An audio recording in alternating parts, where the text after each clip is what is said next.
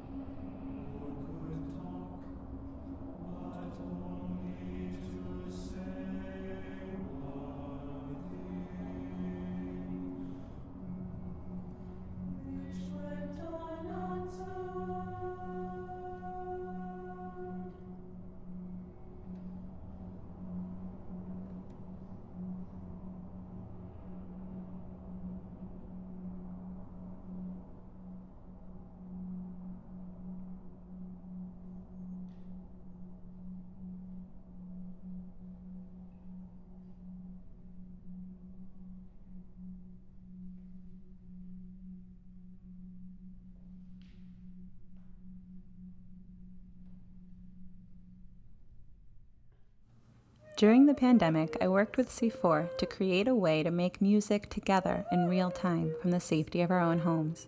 A subgroup of the ensemble had already been experimenting with an audio software called Jamulus in collaboration with composer Ray Lustig. Thanks to the technical skills of my colleagues in C4, Brian Mountford and Daniel Andor-Ardo, we were able to start rehearsing in our new live remote format only a month after lockdown, using Jamulus for audio and Zoom for video. We streamed the first choral live remote performance in April 2020, premiering my work, Here I Am, in what as far as we know was the first such performance worldwide. This piece, and the other works I composed for this format, embraces the latency of the internet as part of the aesthetic. We put together that live stream so quickly we didn't even take the time to think about the visuals, so you see the name or still picture for those who didn't have the bandwidth for audio and video at the time.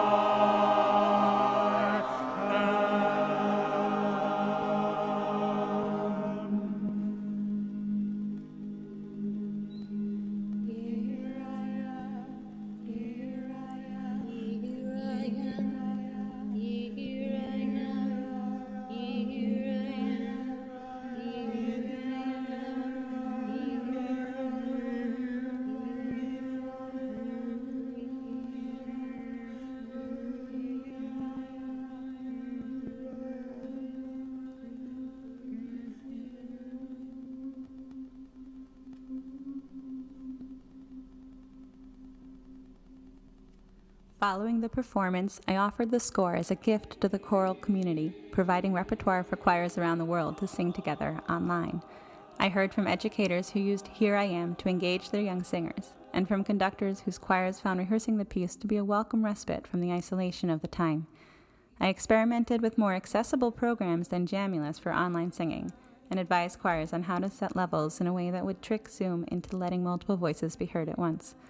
The focus turned to the experience of the singers, to creating a way for them to connect together through music once again. So I composed the piece that I wanted to sing in that moment, that I thought would be meaningful for others to sing as well, and I organized a consortium of choirs to commission it. It would be the first of a series of choral works created specifically for live remote performance, setting poetry that came out of my experience of the pandemic. I took inspiration from a meditation live-streamed by Lori Goldstein-Padron in writing my own poem that is the text for this piece.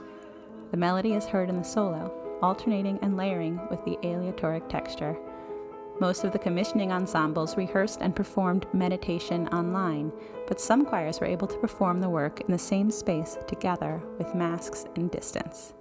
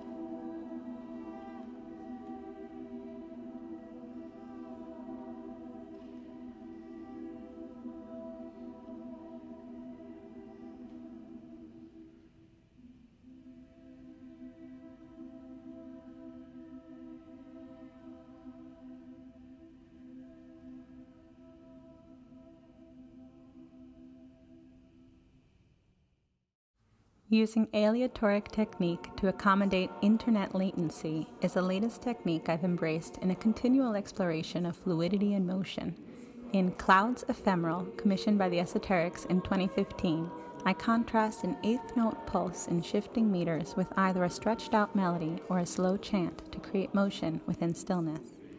Each musical element has its own text, an original poem for the melody and cloud definitions for the chant, over a list of the scientific Latin names for cloud genera, species, and varieties, contrasting a poetic or imaginative perspective versus a scientific or technical one.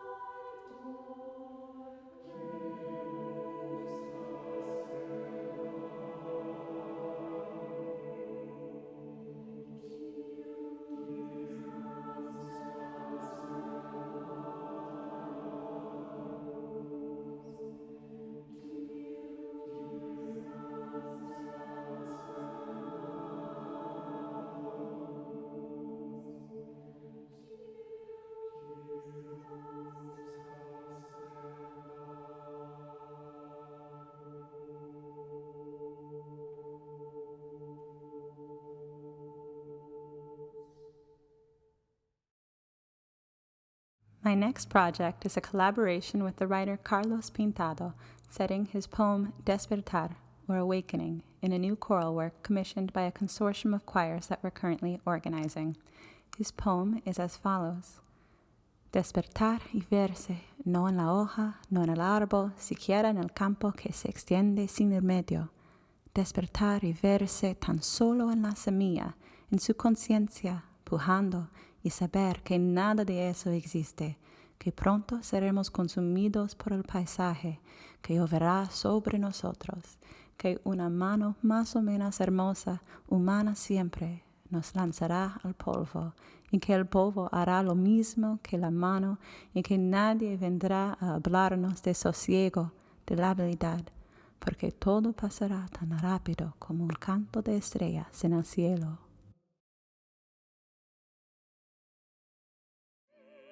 In November 2021, Oxford Opera will perform the British premiere of The Hat, Arendt Meets Heidegger.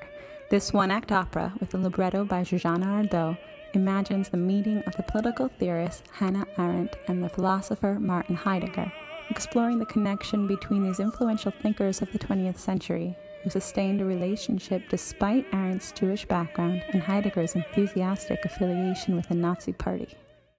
Then in spring 2022, the Astoria Choir will premiere Lessons of Stone, a site-specific work inspired by the life and works of sculptor Isamu Noguchi, whose home and workshop is now a museum in Queens dedicated to his work.